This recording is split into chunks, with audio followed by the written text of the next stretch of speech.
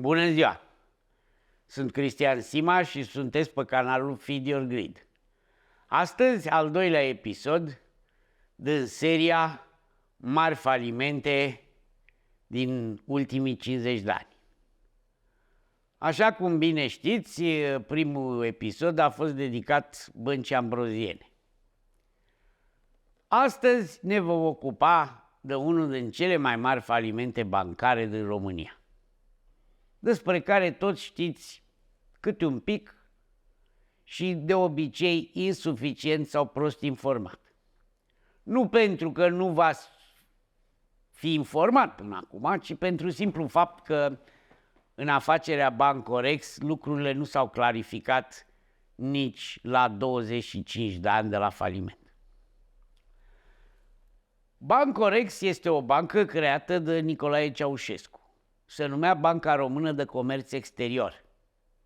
Ea a fost creată în 1968 pentru că Ceaușescu exporta diverse produse în afară și vrea să poată să încaseze dolarii și să-i folosească așa cum vrea el.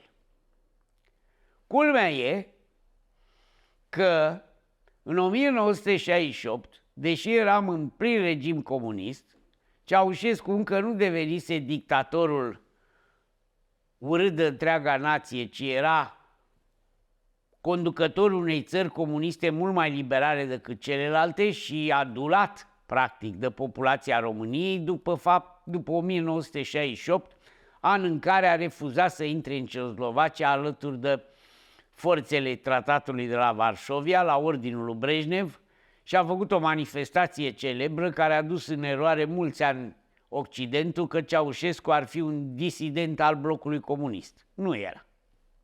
În 1968, la sfatul lui Ioan Mihai Pacepa, mâna lui dreaptă din serviciile de securitate, înființează Banca Română de Comerț Exterior.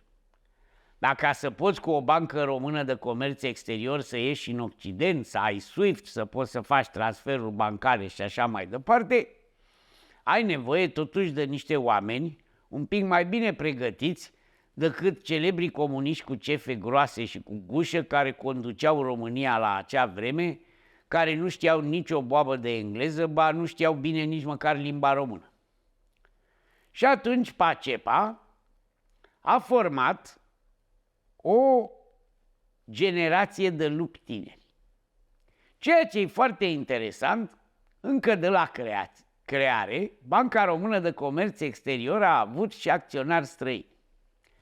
Dacă până în ziua de azi aceste informații nu au fost confirmate, le găsiți pe internet peste tot și gurile rele spun, și nu numai gurile rele, ci și anumite documente dezvăluite după scandalul lojii masonice Propaganda Due P2, Licio Gelli, că Licio Gelli și câțiva membri, între ghilimele mafioți din loja P2, ar fi fost acționari de la început la Banca Română de Comerț Exterior.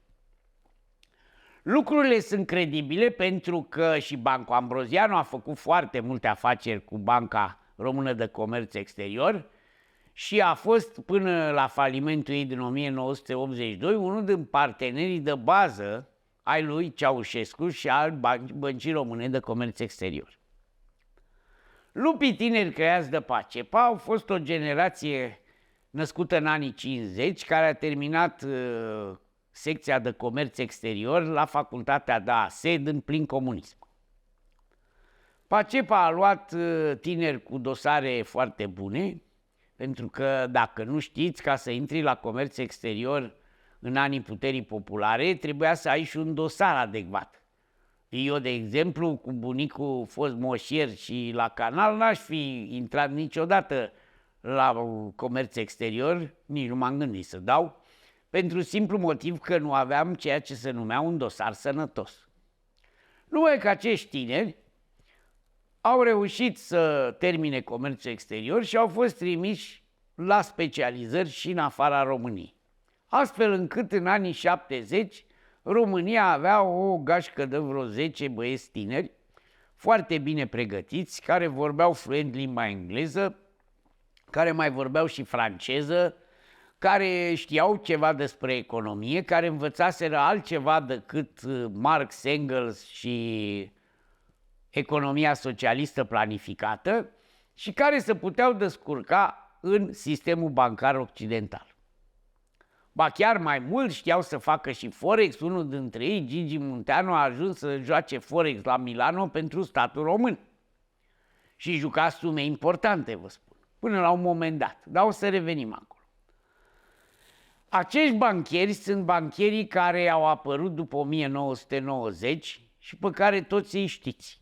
Dan Pascariu, Vlad Soare, Mișu Negrițoiu, Răzvan Temeșan și așa mai departe, Marinel Burduja, toți acești bancheri care au terminat comerț exterior și care au fost școliți de Pacepa. În 78 Pacepa fuge la americani, ei trebuie să reîntoarcă în țară, dar vor fi folosiți imediat după anii 90. Deci acești bancheri au condus destinele sistemului bancar românesc după Revoluție, după 1989.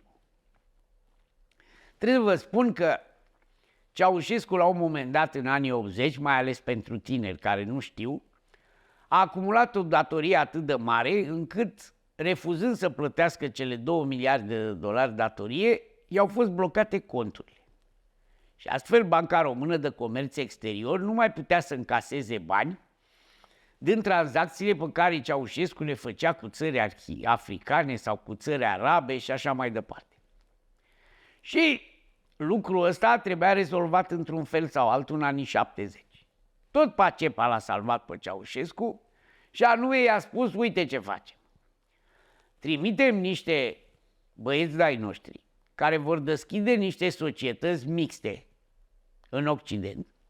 Societățile astea mixte vor deschide frumos conturi în Elveția și la societățile astea mixte de comerț exterior, ce se va întâmpla? În momentul în care statul român va exporta tractoare în Libia, dacă libienii plătesc, nu vor plăti la Banca Română de Comerț Exterior, ci vor plăti intermediarul. Intermediarul fiind aceste societăți. Astfel, aceste societăți fiind în cea mai mare parte pe numele unor cetățeni români sau cetățeni români și străini, pentru că securitatea avea inclusiv mulți racolați din cei care emigraseră din România și care continuau să deservească organele securității. Și ăștia își vor deschide cont, vor deține, vezi domne, aceste firme, vor încasa banii frumos și banii ăia vor putea ajunge în România ori cash, ori în valize, ori pe alte căi.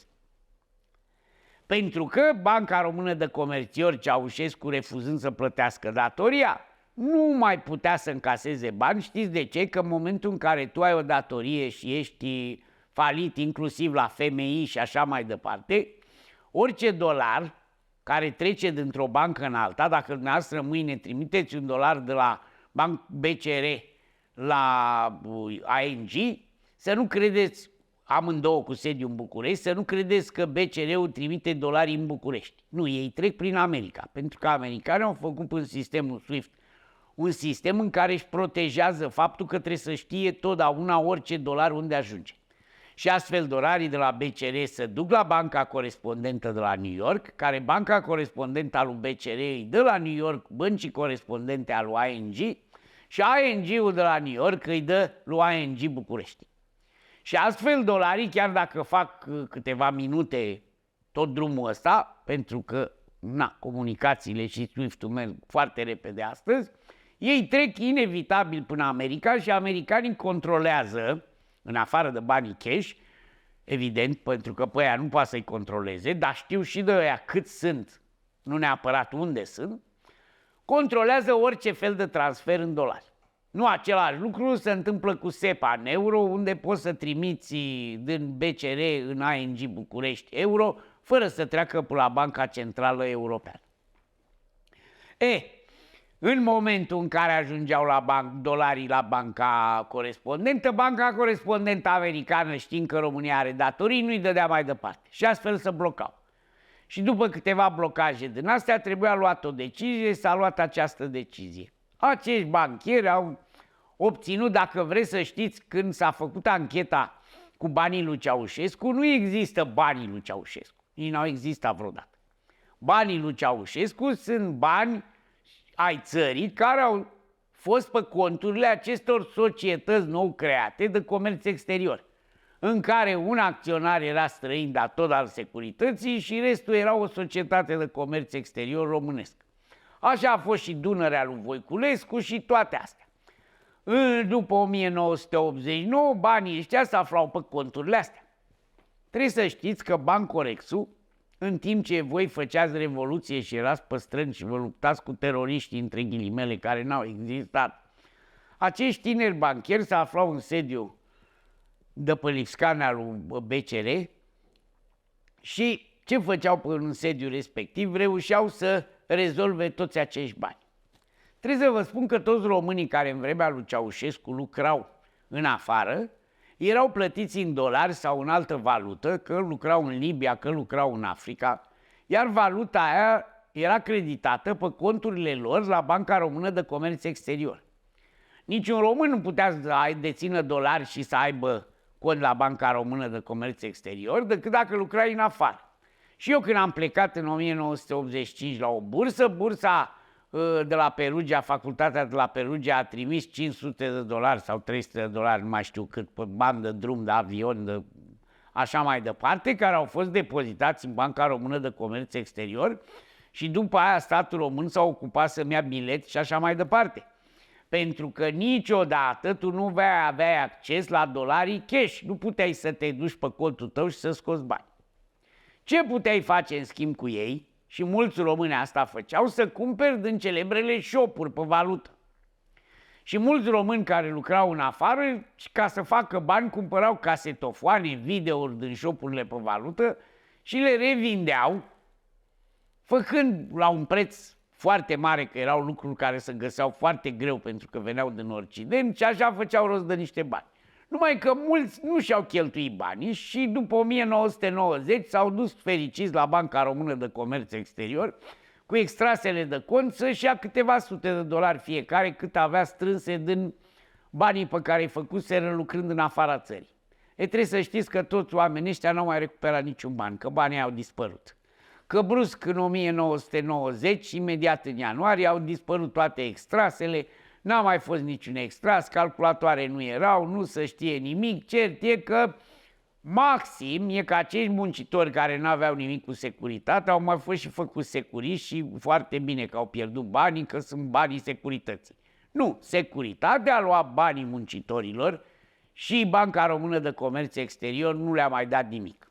Dar nimeni n-a făcut manifestații în piață pentru că toți votau cu Iliescu și era foarte iubit și s-a mers mai departe.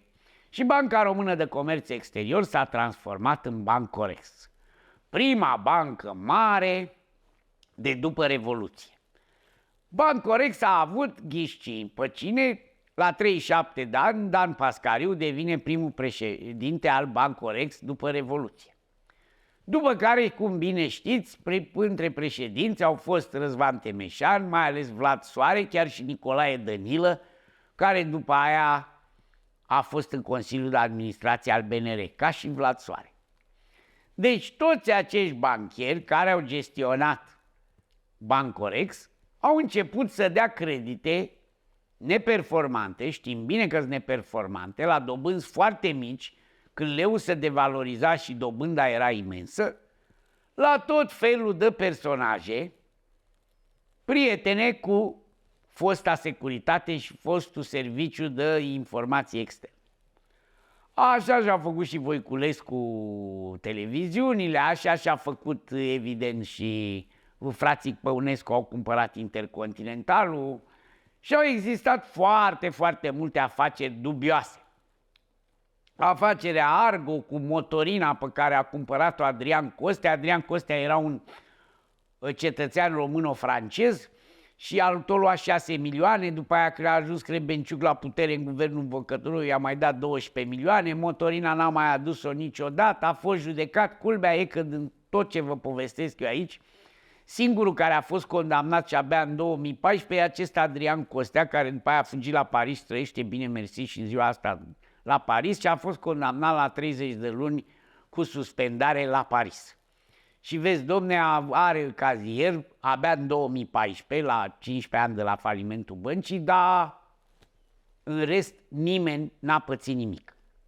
Falimentul Bancorex a fost de 2,43 miliarde de dolari. Banii injectați de statul român au fost de 900 de milioane de dolari. Poate nu vi se par mulți astăzi, dar trebuie să știți că produsul intern brut al României în 99, când banca dă faliment, era de 36 de miliarde de dolari. Deci falimentul Bancorex, banii furați de la Bancorex, erau 10% din produsul intern brut al României din 1999. Culmea e că odată cu venirea Convenției Democratice în 96 și cu falimentul Bancorex din 97, care a început în 97 și s-a încheiat în 99, toți cei care au anchetat și au făcut n-au reușit decât să facă mult scandal în presă, fără să condamne pe nimeni și fără să intre nimeni la pușcărie. Singurii, cum ar veni ca prospiatoriu, adică vinovați găsiți, au fost doi bancheri de la sucursala Lipscani, Grigore Maimuț și Ana Capeti, care, vezi, domne, au dat și ei, logic au dat și ei credite la tot felul de prieteni, pentru că în momentul în care știi că Temeșan dă fraților Păpurescu 100 de milioane ca să cumpere hotelul Intercontinental și pune gaj același hotel Intercontinental pe care îl cumpără, vă dați seama că lucrurile astea se știau în cadrul băncii și la nivel mai mic. Și atunci sucursala Lipscan, care avea cel mai mulți bani, s-a apucat și ea să facă același lucru și cu acordul lui domnul Temeșan și cu mic șantaj, Ana Capeti și cu Grigore Maimuț au reușit și ei să dea credite în valoare de 900 de milioane. Trebuie să vă dați seama că toate creditele lui Bancorex din perioada aia au fost date preferențial, toate creditele mari, iar ceilalți deponenți, foarte mulți atrași de faptul că depun banii la o bancă nouă, românească, internațională și așa mai departe, pentru că avea Bancorexul în anii 90, era chiar o bancă la nivel internațional, avea acces la SWIFT, la orice, făcea tranzacții, juca Forex, putea să cumpere inclusiv, avea birouri în străinătate, inclusiv la New York și așa mai departe. Toți acești oameni n-au recuperat niciun ban.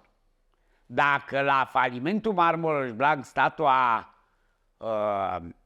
dat banii înapoi deponenților, trebuie să știți că singurul care a recuperat banii este chiar Răzvan Temeșan, numit și ucigașul Bancorexului, care Răzvan Temeșan, cum Bancorexul după aia a fost cumpărată de BCR, adică s-au cedat 20% din activele bune, au fost date lui BCR, inclusiv clădirea de pe Calea Victoriei, iar 80% au fost preluate de către AVAB, Asociația de Valorificare a Activelor Bancare, care n-a mai recuperat nimic.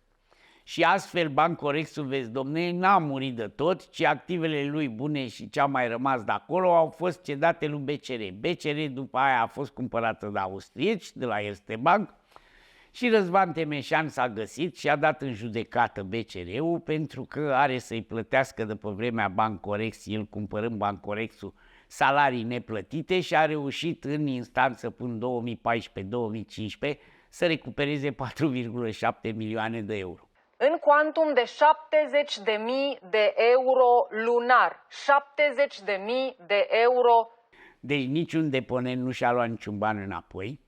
Deci nimeni n-a intrat la pușcărie, iar omul care a distrus Bancorexul reușește la distanță de 15 ani să recupereze de la o bancă privată care între timp a cumpărat rămășițele Bancorexului 4,7 milioane de dolari. Sunt povești românești. Acum ce trebuie să știți este că acel Adrian Costea a declarat la un moment dat cu i-a dat bani. Și pe lista aia figurează și Adrian Năstase și Văcăroiu și așa mai departe. Ce s-a întâmplat cu bancherii care au trecut prin Bancorex? Toți bancherii ăștia, după 1990, când au început străinii să vină în România, au fost toți președinți de bănci. Mai departe, De ce o bancă străină ar lua unul care a participat la falimentul Bancorex și l-ar pune președinte de bancă? Păi n-ar face-o. Dar legea română, când au început străinii să cumpere bănci în România, spunea așa: tu nu poți să pui președinte al Consiliului de Administrație decât o persoană care are 5 ani vechime în sistemul bancar. Păi tot sistemul bancar nu avea 5 ani vechime în 93-94, că începuse în 90. Da, dar băieții ăștia lucraseră la Banca Română de Comerț Exterior al lui Ceaușescu. Și toți băieții ăștia au ajuns președinți de bănci. Marinel Burduja a plecat de la Bancorex după ce a fost vicepreședinte al lui Temeșani și s-a dus la ABN AMRO, de la ABN AMRO a ajuns la Raiffeisen și a avut o carieră de succes în domeniul bancar. Evident încheiată cu mic scandal la Raiffeisen, de unde a plecat și s-a dus la pensii. Dan Pascariu a ajuns la Creditanstalt, de la Creditanstalt la Investment Bank of Austria și de la Investment Bank of Austria a fost președinte și cred că mai e și în ziua de azi al Consiliului de Administrație la Unicredit. Bogdan Baltazar, Mișu Negritoiu la ING și așa mai departe. Toți acești bancheri, din generația aia născuți în anii 50, promoția 1973 la comerț exterior, au fost puși obligatoriu de servicii să preia aceste bănci străine, numai că băncile străine s-au protejat și ele. Mi-aduc aminte că l-am cunoscut pe Pupe, care conducea BRD-ul și care îl ținea pe Baltazar în ultimul etaj din clădirea BRD-ului și ăla tăia panglii, se ducea la recepții pentru că nu-i arătau nimic. Bancherii, nu e că ar fi stricat ceva acești bancheri care conduceau între ghilimele pe hârtie băncile străine, dar puteau să dea informații și nu să știe dacă nu le-au dat atât serviciilor și nu numai serviciilor. Ori băncile străine nu vreau să fie conduse de cineva în care nu aveau încredere. Și degeaba veneau cu bancheri din afară care aveau știință, că ei nu aveau 5 ani vechime, nu puteau fi la conducere. Așa că i-au pus pe o linie moartă și i-au ținut, dar oricum acești bancheri au fost președinți ai Consiliului de Administrație sau CEO ai băncilor și au dat informații mai mult ca sigur. Da, nu putem să ne hazardăm și poate ei au fost bancheri extraordinari care au ținut și cu băncile străine și și-au desfășurat o activitate extraordinară. Dar asta o spun cu zâmbetul pe buze între ghilimele. Care-i concluzia? Cum se întâmplă că acest faliment al lui Bancorex nu a făcut ca imediat după 1999 Banca Națională să ia măsuri drastice și așa ceva să nu se mai întâmple? Vă înșelați amalnic. Sarabanda falimentelor a continuat. Să vă aduc aminte, Banca Albina, Banca Turco-Română, Banca Religiilor, Banca Internațională de Scont și Banca de Reconstrucție și Investiție, până la Exim Bank, tot bancă de stat. Toate aceste bănci, indiferent că au fost private sau au fost de stat, au profitat de lipsa de reglementare și de control de la BNR. BNR-ul, care astăzi este foarte drastic în controlul băncilor, nu făcea același lucru și în anii 90, iar după falimentul Bancorex n-a făcut nimic, absolut nimic. E adevărat că suntem fericiți să-l avem pe Muguri Sărescu acum, dar același Muguri Sărescu a fost președinte al Băncii Naționale și în anii 90 și în anii 2000. Cu o perioadă, în 1999 și 2000, când Muguri Sărescu a fost adus prim-ministru. Și o să vă spun în primul rând de ce a fost adus prim-ministru. În afară de faptul că Convenția Democrată nu mai avea, după experiențele proaste cu Ciorbea și Radu Vasile, pe nimeni pe care să-l pună să riște să fie prim-ministru într-o criză economică cruntă și într-o scădere economică, o recesiune îngrozitoare, Muguri Sărescu a stabilizat și leu, a făcut multe lucruri bune, dar sistemul bancar a rămas foarte șubred. Poate a fost o idee foarte bună de-a lui să se curețe acest sistem bancar și a acceptat falimentul celorlalte bănci care vor veni după Bancorex. Bancorex n-a fost decât primul mare faliment. și cel mai mare. Celelalte nu au ajuns la nivel de 3 miliarde de dolari. Dar restul falimentelor, băncile care picau așa ca ciupercile în fiecare zi la începutul anilor 2000, nu a preocupat și nu preocupă nici în ziua de azi pe nimeni. Culmea e că nici la Banca Turco-Română, nici la Banca Religiilor, nici la Banca Albina, nici la Bancorex nu avem vinovați. Dacă la Lehman Brothers sau la Enron o să vedeți că mai sunt unii care ajung la pușcărie, la noi până și Răzvan Temeșan a reușit să-și recupereze retroactiv salariile după 15 ani, să mai încaseze 4,7 milioane, deși a falimentat o bancă. Oricum, faptul că noi nici până în ziua de azi nu ne facem curățenie în trecut, România nu a avut niciun fel de proces ca procesul de la Nuremberg al comunismului în care să se întâmple ceva și anumiți vinovați din perioada comunistă să plătească. România, din tot furtișagul din anii 90, nu are niciun vinovat și toți sunt bine mersi și în ziua de azi. Bancherii care au falimentat tot acest sistem bancar, creat evident prost pe genunchi, sunt și astăzi președinți de bancă, președinți onorifici, profesori la ASE, dau lecții, țin conferință și sunt persoane mai mult decât respectabile. Nimeni în România n-a înțeles un lucru, că a falimenta ceva de stat nu e un merit, ci ar trebui să fie pedepsit și încă foarte, foarte, foarte grav. La noi, dacă furi de la privat, ești un hoț. Dacă furi de la stat, ești un om deștept. Până nu schimbăm mentalitatea asta, care există și astăzi, nu vom schimba în bine România. Share, like, Feed Your Greed Official pe Instagram și pe TikTok și ne revedem curând cu o altă poveste și un alt faliment.